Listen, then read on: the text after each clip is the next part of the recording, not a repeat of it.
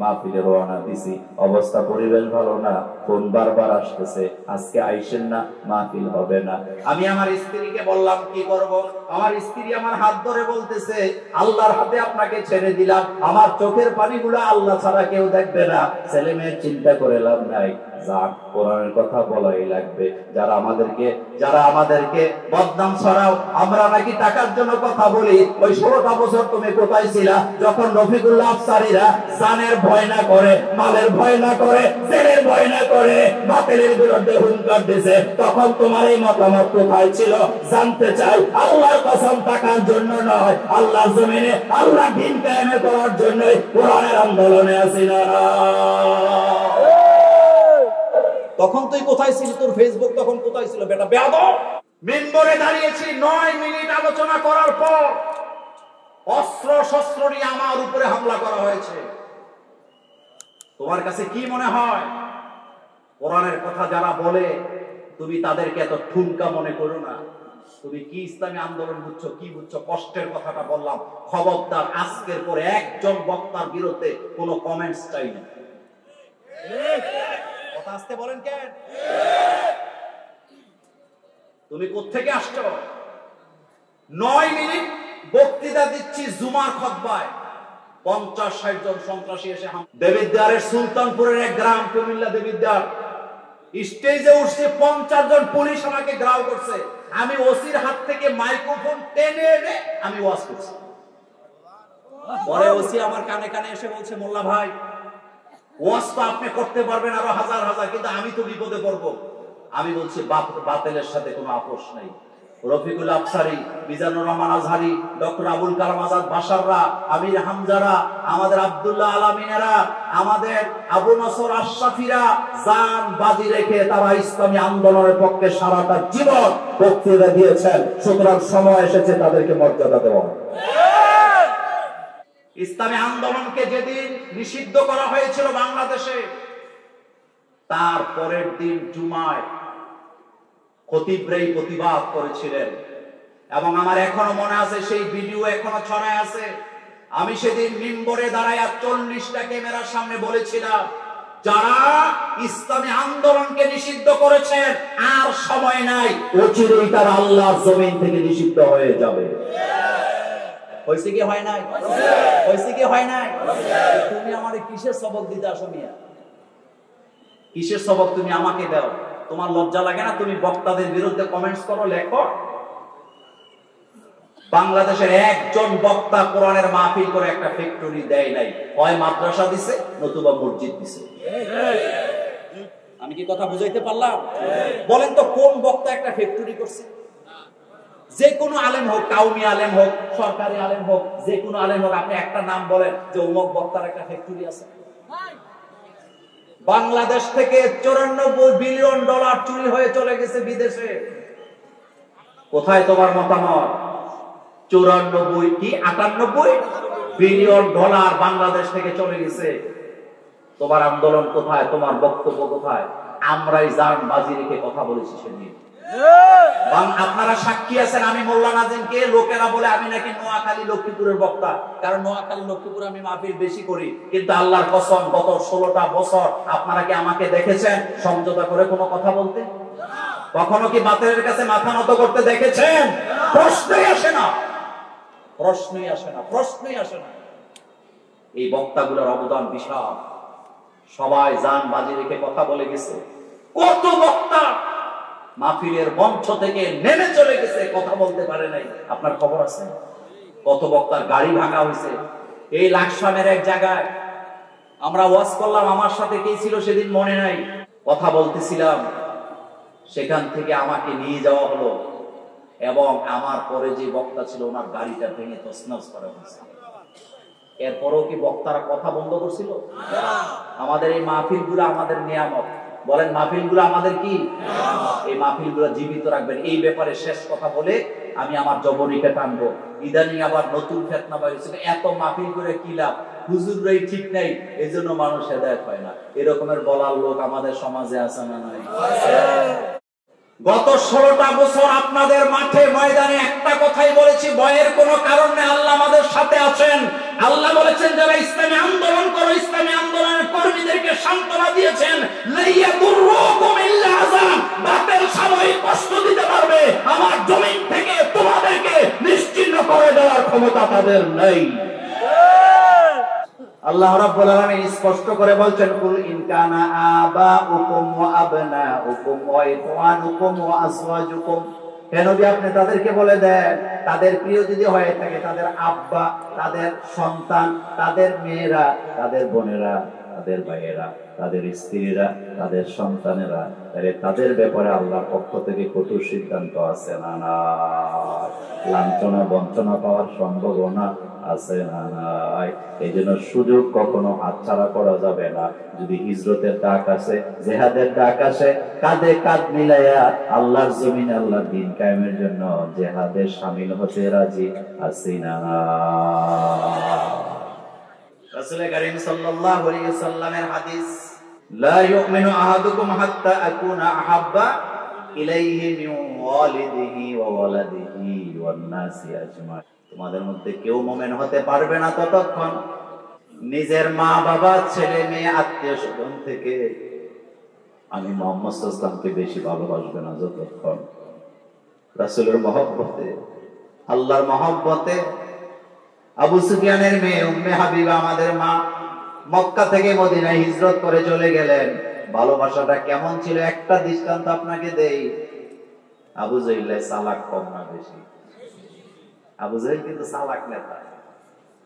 সেতে আবু সুফিয়ানকে বলতেছে, মুহাম্মদ সাল্লাল্লাহু আলাইহি ওয়াসাল্লামের সাথে যে চুক্তি করা হবে, আমি যদি মদিনাতে চুক্তি করতে যাই তাহলে মদিনার লোক আর মক্কার লোক তো এক না, মদিনার লোকের আমারে ঠ্যাঙ্গাবে।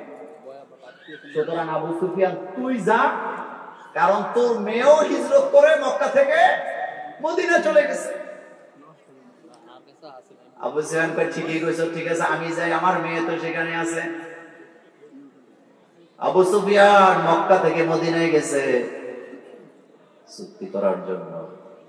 মেয়ের ঘরে আগে ঢুকছে, ঢুকে দেখে মেয়ের ঘরে একটা খেজুর পাতার পাটি ছাড়া কিছুই নাই। মনোযোগ আছে? মক্কা থেকে যারা মদিনায় গেছিল টাকে টাকে মাল লয়ে গেছিল, হাত পালং নিয়ে গেছে, হান্ডি পাতিল নিয়ে গেছে, কোন গাট্টি বস্কা নিয়ে গেছে? খালি হাত। কি হাত? কিন্তু মদিনার লোকেরা কলিজা কেটে তাদেরকে দিয়ে দিচ্ছে। বুখারী মুসলিমের হাদিসগুলো পড়ে দেখেন, সাহাবা এসে বলতেছে, ভাই রে আমার তো দুইটা বিবি, তোর তো একটাও নাই, আমি দুই বিবিরে তোর সামনে হাজির করব, তুই পছন্দ কর কোনটা তোর কাছে পছন্দ হয়, আমি তালাক দেব, তুই ইদ্যত পালন করে আমার স্ত্রীকে তুই বিয়ে করবি। পারবে এটা বলতে? সাহস নাই। দোকান দিয়ে দিছে, দোকান দিয়ে দিলাম। রাসূলুল্লাহ সাল্লাল্লাহু আলাইহি ওয়াসাল্লামকে যায় বলতেছে, হুজুর আপনার মক্কা থেকে যে সমস্ত সাহাবারা আসছে, আমার তো দোকান দুইটা, আমার এক ভাইকে আমি একটা দোকান দিয়ে দিতেছি। স্ত্রী দিয়ে দেয়, তালাক দিয়ে, দোকান দিয়ে দেয়, বাসস্থান দিয়ে দেয়। এটার নাম ভাতৃত্ব, এটার নাম ভ্রাতৃত্ব, এটার নাম ইকরামুল মুসলিমিন। একজনের টাকা আরেকজনের চুরি করে খাওয়ার নাম ইকরামুল মুসলিমিন হতে পারে না। আবু সুফিয়ান নিয়ে গেছে, উম্মে হাবিবার ঘরে ঢুকে দেখে একটা খেজুর পাতার পাটি ছাড়া কিছু নাই। দেখে বলতেছে, মারে সোনার চামচ মুখে নিয়ে তোর জন্ম, মুহাম্মদ সাল্লাল্লাহু আলাইহি ওয়াসাল্লামের কাছে আসলে কিছুই তো পাস নাই। মেয়ের চোখ বড় বড় করে বলতেছে, বাবা মক্কা থেকে মদিনায় আসছে চুক্তি করার জন্য, খবরদার বিশ্ব নবীর বিরুদ্ধে একটা শব্দ শুনতে চাই না। আমার নবীর বিরুদ্ধে কথা বললে আমি ভুলে যাব তুমি আমার বাবা, আমি ভুলে যাব তুমি যে আমার বাবা। মুহাম্মদ সাল্লাল্লাহু আলাইহি ওয়াসাল্লামের বিরুদ্ধে, আল্লাহ আল্লাহ রাসূলের বিরুদ্ধে কোনো কথা বরদাস্ত করা হবে না। আবু সুফিয়ান বলতেছে, মারে তুই কি আমাকে বসতে দিবি না? কিচ্ছুই বলে না। কেন বলে না? কারণ যে খেজুর পাতার পাটি সেখানে বিছানো ছিল, এই জায়গায় তাশরীফ নেন মুহাম্মাদুর রাসূলুল্লাহ সাল্লাল্লাহু আলাইহি ওয়াসাল্লাম। উম্মে হাবিবার মাথায় চিন্তা, বিশ্ব নবীর খেজুর পাতার পাটি কোনো কাফেরের জন্য দেওয়া যায় না। এটা যদি আমার আব্বা হয় তবুও দেওয়া যায় না, কারণ আমি আমার বাপের চাইতে, আমার জীবনের চাইতে আমার রাসূলুল্লাহকে বেশি ভালোবাসি। আবু সুফিয়ান মনে মনে ভাবছে মেয়েটা রাগ করে আছে, আমি নিজেই যেয়ে বসি পাটির মধ্যে। আবু সুফিয়ান হেঁটে হেঁটে যাচ্ছেন, চাটাইতে বসবেন, উম্মে হাবিবা দৌড় দিছে, দৌড়াইয়া যাইয়া খেজুর পাতার পাটিটা টান মেরে উঠাইয়া বুকের সাথে লাগাইয়া চিৎকার দিয়ে বলতেছেন, এই খেজুর পাতার পাটি সাধারণ পাটি না, এই পাটিতে বসেন, বিশ্রাম নেন বিশ্বনবী মুহাম্মদ। হতে পারো তুমি আমার বাবা, কিন্তু একজন কাফেরের জন্য বিশ্বনবীর চাটাই ছাড়তে পারি না। আল্লাহু আকবার। উম্মে হাবিবা খেজুর পাতার চাটাই ছাড়ে না, বিশ্বনবীর চাটাই বলে একজন কাফেরের জন্য আমি মুসলমানের সন্তান হয়ে নেতৃত্বটা কাফেরের হাতে উঠিয়ে দেই। বিশ্বনবীকে নেতা মানতে পারি নাই, আমি কখনো বড় মুসলমান, আমি কখনো ভালো মুসলমান হতে পারি না। রাসূলুল্লাহকে নেতা মানতে রাজি আছেন? আস্তে কইছেন। রাসূলুল্লাহকে আমাদের জন্য নেতা হওয়ার জন্য যথেষ্ট নয়? হযরত ওমরের বর্ণনায় হাদিস আসছে, যতক্ষণ পর্যন্ত বিশ্বনবীর নেতৃত্ব মানতে না পারবা ততক্ষণ পর্যন্ত মুমিন হতে পারবা না। আল্লাহ এখানে বলছেন, কুল হে নবী আপনি বলেন, তোমাদের মা বাবা, ভাই বোন, আত্মীয় স্বজন, স্ত্রী, ও আশিরাতাকুম, তোমাদের নিকট আত্মীয়, বংশের লোক সহ, তোমাদের ব্যবসা, অতিজারাতুন, তোমাদের ব্যবসা, যা তাকশাউনা কাসাদাহা, তোমরা যেটাকে লস করার জন্য চিন্তা করে হিজরত করো না, যত সিদ্ধান্ত তোমরা নেও না কেন, মনে রাখবা যদি তোমরা এই বইতে হিজরত না করে থাকো, তোমাদের জন্য আল্লাহর পক্ষ থেকে কঠিন সিদ্ধান্ত আছে। আপনি ইসলামী আন্দোলনের সময় দেন না, আপনি কোরআনের জন্য আপনার হাতে সময় নাই, আপনি ইসলামের জন্য সময় নাই, আমি মৌলানা যে আপনাকে লিখিত দিয়ে গেলাম, আপনি এগুলা করে এক সেকেন্ড হায়াত বাড়াতে পারবেন না। আল্লাহ যদ্দুর দিছে ওই জায়গায় বিদায় নেওয়া লাগবে, বরং তখনই চলে যেতে হবে, খালি হাতে যাওয়া লাগবে। সুতরাং আমাকে এখনই সতর্ক হওয়া দরকার আছে না? 15 বছর আমারে দেখছে, সালামও দেয় নাই, ওনার পিছে মাগরিবের নামাজ পড়ছি, বসে আছি কথা বলার জন্য, পেছনের দিকে তাকায় যখন দেখছে মোল্লা নাজিম বসে আছে, হয়তো কোনো কথা বলবে, উনি এবার তাহাজ্জুদ পড়া শুরু করছে, মানে আমার সাথে কথা বলবে না। তো গত কয়েকদিন আগে কুমিল্লা ইসলামী ব্যাংকের প্রোগ্রামে যখন গেছি, আরেকজনকে ধরে কয় মোল্লা ভাইয়ের সাথে একটু কথা বলাই, তা আসছে, হাসি দিয়ে বলছি, ভাইজান মাশাআল্লাহ, অন্তত 15 বছর পরে তো একবার মুসাফা করছেন। কুমিল্লার এক মসজিদে আসরের নামাজ পড়ছি। কি নামাজ? আমি মোস্তাক করেছি, নাম শুনছেন? তো একটা মসজিদে আসরের নামাজ পড়ে আমরা দুইজন বারান্দায় বসছি। কুমিল্লা শহরে যে কোনো মসজিদে আমরা নামাজ পড়লে 2-1 লোক জমে যায় আমাদের সাথে একটু কথা বলার জন্য। তো বারান্দায় আমরা, আমি আর মোস্তাক হয়েছি ভাই বসছি, কথা বলতেছি। এমন সময় মুয়াজ্জিন সাহেব আসছে, আয়েশা বলতেছে, হুজুর আপনারা দুইজন যদি এখানে বসে কথা বলেন, আমার চাকরিতে চলে যাবে। মনোযোগ আছে আপনাদের? কি চলে যাবে? সব কথা কি ভাঙ্গা বলতে হবে না? আপনারা কিছু বুঝতেছেন তো? চাকরি কেন চলে যাবে? আমরা তো নামাজি লোক, হুজুর মানো, আমরা মসজিদের বারান্দায় পড়ছি, সমস্যাটা কি? হুজুর তখন বলতেছে হাসি দিয়া, আমি আপনাদেরকে ভালোবাসি, কিন্তু সমস্যাটা হলো কমিটির লোক যদি দেখে মনে করবা আমি আপনাদেরই লোক। কুমিল্লা চান্দিনা মডেল মসজিদের ইমাম, কথা বুঝতেছেন? ও খতিব নিয়োগ করা হয়েছে। হওয়ার পরে মোল্লা নাজিমের সাথে ফেসবুকে ছবি পাওয়া গেছে, এই ছবি টিউনুকে দেওয়া হয়েছে, বলা হয়েছে দেখছেন স্যার কারে বানাইছেন, মডেল মসজিদের খতিব। তো মোল্লা নাজিমের সাথে ছবি, সর্বনাশ, তারে তো রাখা যাবে না। চান্দিনা তখনকার টিউনু ছিল একজন হিন্দু ভদ্রলোক, আমি চিনি না, নামও মনে নাই। উনি ইমাম সাহেবকে ডাকাইছে, খতিবকে ডাকাইছে, ডাকায়া বলতেছে আপনি কোন দল করেন? খতিব সাহেব বলছে, স্যার আমি তো কোনো দল করি না। তো মোল্লা নাজিমের লগে ছবি কেন? আচ্ছা আপনাদের কাছে জানতে চাই, কারোর সাথে ছবি থাকা কি অপরাধ? কথা আসতে বলেন, কেন অপরাধ? আচ্ছা, এখন হুজুর কয় দেখি, কয় যে দেখেন আপনার ছবি। তো ইমাম সাহেব সহজ সরল মানুষ বলছে, স্যার কুমিল্লার প্রোগ্রামে একটাতে গেছিলাম, আলেমদের প্রোগ্রাম, সবাই লাইন ধরে ছবি তুলছে, আমিও তুলছি, কিন্তু বুঝতে তুলি নেই। কয় না, হবে না।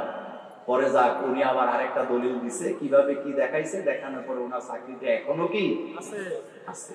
আচ্ছা আপনি বলেন তো, আপনি এমন মসজিদ কেন বানাইছেন যে সেই মসজিদের খতিব যদি কোনো বক্তার সাথে, আলেমের সাথে ছবি তুলে, তার যদি চাকরি চলে যাওয়া লাগে, তাহলে এটা কি আপনি মসজিদ বানাইছেন না নিজের জন্য কোনো একটা কিছু বানাইছেন? নিজের জন্য। আল্লাহ ধরা এত কঠিন। আচ্ছা বলেন তো, জীবনে কোনোদিন খতিব বাইকে গেছে জীবনে শুনছেন? কিন্তু এখন বাগবে। মাদ্রাসার প্রিন্সিপাল ভাগ্যে গেছে জীবনে শুনছেন? কিন্তু এখন বাগলো কেন? দালাল। কারণ দালাল কখনো শান্তিতে থাকতে পারে। গত 16টা বছর আপনাদের মাঠে ময়দানে একটা কথাই বলেছি, ভয়ের কোনো কারণ নেই, আল্লাহ আমাদের সাথে আছেন। আল্লাহ বলেছেন যারা ইসলামী আন্দোলন করো, ইসলামী আন্দোলনের কর্মীদেরকে সান্ত্বনা দিয়েছেন, লাইয়াদুররুকুম ইল্লা আযাব, বাতিল সাময়িক কষ্ট দিতে পারবে, আমার জমিন থেকে তোমাদেরকে নিশ্চিহ্ন করে দেওয়ার ক্ষমতা তাদের নেই। আলেম হওয়ার পর যারা বাতিলের দালালি করেছে, আল্লাহ তাদেরকে কঠিন শাস্তি দিয়েছেন। এই সিদ্ধান্তটা কার? যেই মেম্বরে দাঁড়ায় বিশ্বনবী রাষ্ট্র চালিয়েছেন, সেই মেম্বরে দাঁড়িয়ে যখন বাতিলের দালালি করা হয়েছে, আল্লাহ জমিনে লাঞ্ছনা বঞ্চনা দিয়ে তাদেরকে সরায় দিয়েছেন। এই ওয়াদা কার? আল্লাহ। এই ওয়াদা কার? আল্লাহ। আল্লাহ রাব্বুল আলামিন বলেন, আলহাকুমুত তাকাসুর হাত্তা যুরতুমুল মাকাবির। কি হলো তোমাদের? আশ্চর্যের পিছে, সম্পদের পেছনে, ব্যবসার পেছনে, বাণিজ্যের পেছনে, মালের পেছনে, সম্মানের পেছনে দৌড়াইতে থাকো ততক্ষণ মৃত্যু চলে আসে না। যতক্ষণ না কবরে চলে যাও, এই সবের প্রতিযোগিতা আমাদের হৃদয়ের ভিতরে আছে না। কি হবে? এই টাকা পয়সা, জান মাল কিছু নিয়ে কি কবরে যাওয়া যাবে? कैसे कैसे ताजेदारे रानिया शहजादिया, कैसे कैसे ताजेदारे रानिया शहजादिया, तन बदन सब गल गई है, शक्ल सूरत क्या हुआ, मौते का सिन कुल्लु नासिन शारिबो, मौते का सिन कुल्लु नासिन शारिबो, कब्रे बैतिन कुल्लु नासिन दाखिलो। कवि की सुंदर করে বলছেন, कैसे कैसे ताजेदारे रानिया शहजादिया, तन बदन सब गल गई है, शक्ल सूरत क्या हुई। এই পৃথিবীতে কত সুন্দরী রমণী নারীরা ছিল, কত রানীরা ছিল, ওই রানীদেরকে অলংকার সহ তাদেরকে দাফন করা হয়েছে কবরে। মাটিটা করে দেখো, একটা হাড্ডিও খুঁজে পাওয়া যাবে না। मौते का सिन कुल्लु नासिन शारिबो, मौते का सिन कुल्लु नासिन शारिबो, कब्रे बैतिन कुल्लु नासिन दाखिलो। মউত এমন একটা শরবতের নাম, যেটা পান করা ছাড়া বিরত থাকা যাবে না। সবাইকে বাধ্যতামূলক মউত নামক শরবতটাকে পান করা লাগবে। কবরে বাইতিন কুল্লু নাসিন দাখিলো, কবর এমন একটা ঘর, সেখানে যাওয়াই লাগবে। ওই জায়গায় যাওয়া ছাড়া কোনো নিস্তার নাই।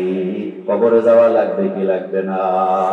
মিনহা খলাকনাকুম, পড়েন, মিনহা খলাকনাকুম ওয়া ফিহা নুঈদুকুম ওয়া মিনহা নুখরিজুকুম তারাতান উখরা। আমাদের কলিজার ভিতরে ছেলেমেয়ের মহব্বত আছে না নাই?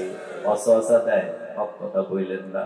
আল্লাহর জাতের কসম করে বলি, মাহফিলে রওনা দিছি, অবস্থা পরিবেশ ভালো না, ফোন বারবার আসতেছে, আজকে আইসেন না, মাহফিল হবে না। আমি আমার স্ত্রীকে বললাম কি করব, আমার স্ত্রী আমার হাত ধরে বলতেছে, আল্লাহর হাতে আপনাকে ছেড়ে দিলাম, আমার চোখের পানিগুলো আল্লাহ ছাড়া কেউ দেখবে না, ছেলে মেয়ের চিন্তা করে লাভ নাই, যাক কোরআনের কথা বলাই লাগবে। যারা আমাদেরকে বদনাম ছড়াও, আমরা নাকি টাকার জন্য কথা বলি, ওই 16টা বছর তুমি কোথায় ছিলা যখন রফিকুল্লাহ আফসারীরা জানের ভয় না করে, মালের ভয় না করে, জেলের ভয় না করে বাতিলের বিরুদ্ধে হুঙ্কার দিয়েছে? তখন তোমার এই মতামত কোথায় ছিল? জানতে চাই। আল্লাহর কসম, টাকার জন্য নয়, আল্লাহর জমিনে আল্লাহ দ্বীন কায়েম করার জন্য কোরআনের আন্দোলনে আছি না। তখন তুই কোথায় ছিলি? তোর ফেসবুক তখন কোথায় ছিল বেটা বেয়াদব? মেম্বরে দাঁড়িয়েছি, 9 মিনিট আলোচনা করার পর অস্ত্র শস্ত্র নিয়ে আমার উপরে হামলা করা হয়েছে। তোমার কাছে কি মনে হয়? কোরআনের কথা যারা বলে তুমি তাদেরকে এত ঠুনকা মনে করো না। তুমি কি ইসলামী আন্দোলন বুঝছো, কি বুঝছো? কষ্টের কথাটা বললাম। খবরদার আজকের পরে একজন বক্তার বিরুদ্ধে কোনো কমেন্টস চাই না। কথা আসতে বলেন কেন? তুমি কোত্থেকে আসছো? 9 মিনিট বক্তৃতা দিচ্ছি জুমার খুতবায়, 50-60 জন সন্ত্রাসী এসে দেবিদ্বারের সুলতানপুরের এক গ্রাম, কুমিল্লা দেবিদ্বার, স্টেজে উঠছে 50 জন পুলিশ আমাকে গ্রাউ করছে। আমি ওসির হাত থেকে মাইক্রোফোন টেনে এনে আমি ওয়াজ করছি। পরে ওসি আমার কানে কানে এসে বলছে, মোল্লা ভাই ওয়াজ তো আপনি করতে পারবেন আরো হাজার হাজার, কিন্তু আমি তো বিপদে পড়বো। আমি বলছি বাতিলের সাথে কোনো আপোষ নাই। রফিকুল আফসারি, মিজানুর রহমান আজহারি, ডক্টর আবুল কালাম আজাদ বাশাররা, আমির হামজারা, আমাদের আব্দুল্লাহ আলামিনেরা, আমাদের আবু নসর আশরাফিরা জান বাজি রেখে তারা ইসলামী আন্দোলনের পক্ষে সারাটা জীবন বক্তৃতা দিয়েছেন। সুতরাং সময় এসেছে তাদেরকে মর্যাদা দেওয়া। ইসলামী আন্দোলনকে যেদিন নিষিদ্ধ করা হয়েছিল বাংলাদেশে, তার পরের দিন জুমায় খতিবরাই প্রতিবাদ করেছিলেন এবং আমার এখনো মনে আছে, সেই ভিডিও এখনো ছড়ায় আছে। আমি সেদিন মিম্বরে দাঁড়ায়া 40টা ক্যামেরার সামনে বলেছিলাম, যারা ইসলামী আন্দোলনকে নিষিদ্ধ করেছেন আর সময় নাই, অচিরেই তারা আল্লাহর জমিন থেকে নিষিদ্ধ হয়ে যাবে। হয়েছে কি হয় নাই? হয়েছে কি হয় নাই? তুমি আমারে কিসের সবক দিতে আসো মিয়া? কিসের সবক তুমি আমাকে দাও? তোমার লজ্জা লাগে না? তুমি বক্তাদের বিরুদ্ধে কমেন্টস করো, লেখো। বাংলাদেশের একজন বক্তা কোরআনের মাহফিল করে একটা ফ্যাক্টরি দেয় নাই, হয় মাদ্রাসা দিছে নতুবা মসজিদ দিছে। আমি কি কথা বুঝাইতে পারলাম? বলেন তো কোন বক্তা একটা ফ্যাক্টরি করছে? যে কোনো আলেম হোক, কাউমি আলেম হোক, সরকারি আলেম হোক, যে কোনো আলেম হোক, আপনি একটা নাম বলেন যে অমুক বক্তার একটা ফ্যাক্টরি আছে। বাংলাদেশ থেকে 94 বিলিয়ন ডলার চুরি হয়ে চলে গেছে বিদেশে। কোথায় তোমার মতামত? 94 কি 98 বিলিয়ন ডলার বাংলাদেশ থেকে চলে গেছে। তোমার আন্দোলন কোথায়? তোমার বক্তব্য কোথায়? আমরাই জান বাজি রেখে কথা বলেছি সেদিন। আপনারা সাক্ষী আছেন। আমি মোল্লা নাজিমকে লোকেরা বলে আমি নাকি নোয়াখালী লক্ষ্মীপুরের বক্তা, কারণ নোয়াখালী লক্ষ্মীপুরে আমি মাহফিল বেশি করি। কিন্তু আল্লাহর কসম, গত 16টা বছর আপনারা কি আমাকে দেখেছেন সমঝোতা করে কোনো কথা বলতে? কখনো কি বাতিলের কাছে মাথা নত করতে দেখেছেন? প্রশ্নই আসে না, প্রশ্নই আসে না, প্রশ্নই আসে না। এই বক্তাগুলোর অবদান বিশাল। সবাই জান বাজি রেখে কথা বলে গেছে। কত বক্তা মাহফিলের মঞ্চ থেকে নেমে চলে গেছে, কথা বলতে পারে নাই। আপনার খবর আছে? কত বক্তার গাড়ি ভাঙা হয়েছে। এই লাকসামের এক জায়গায় আমরা ওয়াজ করলাম, আমার সাথে কে ছিল সেদিন মনে নাই, কথা বলতেছিলাম। সেখান থেকে আমাকে নিয়ে যাওয়া হলো এবং আমার পরে যে বক্তা ছিল ওনার গাড়িটা ভেঙে তছনছ করা হয়েছে। এরপরও কি বক্তারা কথা বন্ধ করছিল? আমাদের এই মাহফিলগুলো আমাদের নিয়ামত। বলেন, মাহফিলগুলো আমাদের কি? এই মাহফিলগুলো জীবিত রাখবেন। এই ব্যাপারে শেষ কথা বলে আমি আমার জবনিকা টানবো। ইদানিং আবার নতুন ফিতনা বাইরেছে, এত মাহফিল করে কি লাভ, হুজুররাই ঠিক নাই, এজন্য মানুষ হেদায়েত হয় না। এরকমের বলার লোক আমাদের সমাজে আছে না নাই? আচ্ছা বলেন তো, হেদায়েত এটা কি হুজুরদের হাতে না আল্লাহর হাতে? হযরত আদম আলাইহিস সালাম একজন নবী, প্রথম মানুষ আবুল বাশার যাকে বলা হয়। হযরত আদম আলাইহিস সালাম তিনি তার ছেলে কাবিলকে হেদায়েত দিতে পারেন নাই। হযরত নূহ আলাইহিস সালাম তার নিজের ছেলেকে হেদায়েত দিতে পারেন নাই। হযরত লূত আলাইহিস সালাম যে বিবির সাথে এক বিছানায় ঘুমায়, একসাথে সংসার করে, ভালোবাসা বিনিময় করে, সেই স্ত্রীকেও হেদায়েত দিতে পারেন নাই। হযরত ইব্রাহিম আলাইহিস সালাম নিজের আব্বা আম্মাকে হেদায়েত দিতে পারেন নাই। আপনার আমার নবী জনাবে মুহাম্মদুর রাসূলুল্লাহ সাল্লাল্লাহু আলাইহি ওয়াসাল্লাম নিজের চাচা আবু তালিবকেও হেদায়েত দিতে পারেন নাই। একটাই কারণ, হেদায়েতের মালিকানা কার? ইন্নাকা লা তাহদি মান আহবাবতা ওয়ালাকিন্নাল্লাহ ইয়াহদি মান ইয়াশা। হাবিব, আপনি চাইলেই কাউকে ভালোবাসা দিয়ে হেদায়েত দিতে পারবেন না। হেদায়েতের চাবিটা কার কাছে? আপনি বিশ্বাস করেন আপনার এলাকার খতিব সাহেব যদি হেদায়েতের মালিক হতো, আপনার এলাকায় বেনামাজি খুঁজে পাওয়া যেত না। আর আমি মোল্লা নাজিমকে যদি আল্লাহ হেদায়েতের মালিকানা দিত, খালেদা হাসিনারে বোরকা পরায় দিতাম, পারি না, কারণ আমার কাছে হেদায়েত নাই। আমার বংশের অনেক মেয়েরাই বোরকা পরে না, আমার কোনো ক্ষমতায় নাই তাদেরকে বোরকা পরায় হেদায়েত দেওয়ার, কারণ হেদায়েতের মালিকানা কার। আশা করি কথাটা বুঝতে পারছেন। ভালোবাসা দিয়া জোর করে হেদায়েত দেওয়া যায়?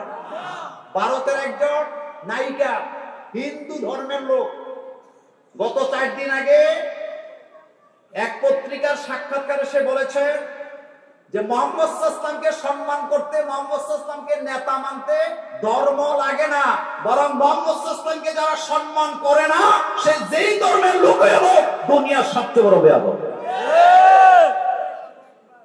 কথা বুঝেন না এখনো? ভারতে বলিউডের হিন্দু নায়িকা বলতেছে মুহাম্মদ সাল্লাল্লাহু আলাইহি ওয়াসাল্লামকে সম্মান করতে কি লাগে না? ধর্ম লাগে না, কারণ তিনি সম্মান পাওয়ার যোগ্য। তাকে নেতা মানতে ধর্ম লাগে না, তিনি নেতা হওয়ার যোগ্য। সুতরাং মুহাম্মদ সাল্লাল্লাহু আলাইহি ওয়াসাল্লামকে যারা সম্মান করে না, তারা হলো পৃথিবীর সবচেয়ে বড় বেয়াদব। ভারতের এক নায়িকা কারিশমা কাপুর বোম্বে এয়ারপোর্টে ধরা পড়ছে বোরকা সহ। কথা কি বুঝো যুবকেরা? কি সহ? সাংবাদিকেরা একে চিনা ফলাইছে, আইসা ধরছে, কয় আপনি বোরকা পরছেন কেন? হাসি দিয়া বলছে, কেন করছি বুঝো? কারণ আমরা সেলিব্রিটি, যেদিকে যাই পোলা পাইনে ধাক্কা ধাক্কি করে আসে সেলফি তুলতে। 10 জন দেহরক্ষী আমার নিরাপত্তা দিতে পারে না, কিন্তু একটা বোরকা আমার নিরাপত্তার জন্য যথেষ্ট। কারণ এটা যখন আমি পড়ি আমাকে তো আর খুঁজে সুবহানাল্লাহ বাড়ি যেয়ে কই। তাহলে এখানে ইসলাম আসলে লাভ না লস? সকলে নিরাপত্তা পাবে কি পাবে না? জান মাল সময় ইসলামের জন্য দিতে রাজি আছি না নাই?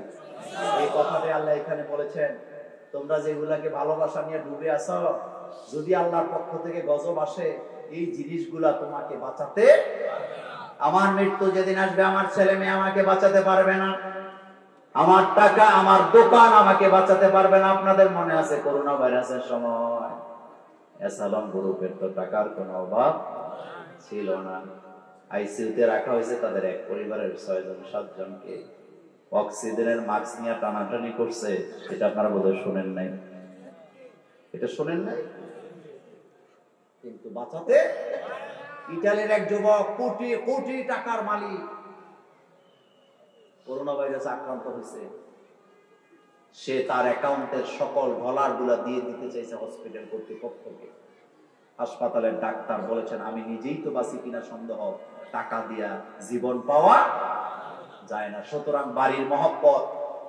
বাড়ির মহব্বত, তারপরে কি বলে, সম্পদের মহব্বত, স্ত্রীর মহব্বত আমাকে যেন দিনের পথ থেকে দূরে সরিয়ে রাখতে না পারে। আমি আমার জান, আমার মাল, আমার সবকিছু কাকে দেব? কুল ইন্না সলাতি, পড়েন, কুল ইন্না সলাতি ওয়া নুসুকি ওয়া মাহইয়ায়া ওয়া মামাতি লিল্লাহি রাব্বিল আলামিন। বলেন আমার নামাজ, বলেন আমার নামাজ, আমার কুরবানি, আমার জীবন, আমার মরণ কার জন্য? সবাই বলেন, কুল ইন্না সলাতি ওয়া নুসুকি ওয়া মাহইয়ায়া ওয়া মামাতি লিল্লাহি রাব্বিল আলামিন। তাহলে দিনের জন্য হিজরত করতে রাজি আছি না নাই? আরো জোরে বলেন, দিনের জন্য জিহাদ করতে রাজি আছি না না? আপনাদের লক্ষ্মীপুরের সন্তান কাজী ইব্রাহিম, উনি কি চোর? আসতে কইছেন না। উনি কি ডাকাত? না। উনি কি হাইজ্যাকার? না। কিন্তু উনি দেশ থেকে গেল কেমন? দিনের জন্য। কিসের জন্য? কাজী ইব্রাহিম হুজুরকে বলা হয়েছে পাগল। করোনা ভাইরাসের সময় তার বক্তব্য শুনে অনেক বেয়াদবরা বলছে উনি নাকি পাগল। তো উনি যা বলছে সবই তো প্রমাণ হয়েছে, এখন তুই পাগল তো 14 গোষ্ঠী পাগল। আজহারির চাইতে ভদ্র। আচ্ছা, আমরা না হয় ধমকাধমকি করি ওয়াজের ময়দানে, আমি না হয় ধমকায় কথা বলি, আমি না হয় নরমাল কথা বলতে পারি না, সব মানুষ তো আর এক রকমের কথা বলে না। আচ্ছা, আজহারির চাইতে ভদ্র বক্তা বাংলাদেশে আছে? আসতে কইছেন না? হ্যাঁ, দেশে থাকতে পারলো না কেন? কিসের কারণ? কারণ একটাই, কারণ একটাই, কারণ একটাই। কারণ কয়টা? একটা। ওমা নাকামু মিনহুম ইল্লা আইয়ুমিনু বিল্লাহিল আজিজিল হামিদ। কারণ একটাই, কারণ একটাই, আমার জমিনে তারা আমার দ্বীনকে কায়েম করে দিতে চায়। সুতরাং হুমকি ধুমকি চোখ রাঙ্গানি যত কিছু আসো, আমি আমার জান মাল দিয়ে আল্লাহর জমিনে দ্বীন কায়েমের জন্য একসাথে চলতে রাজি আছেন মুসলমান?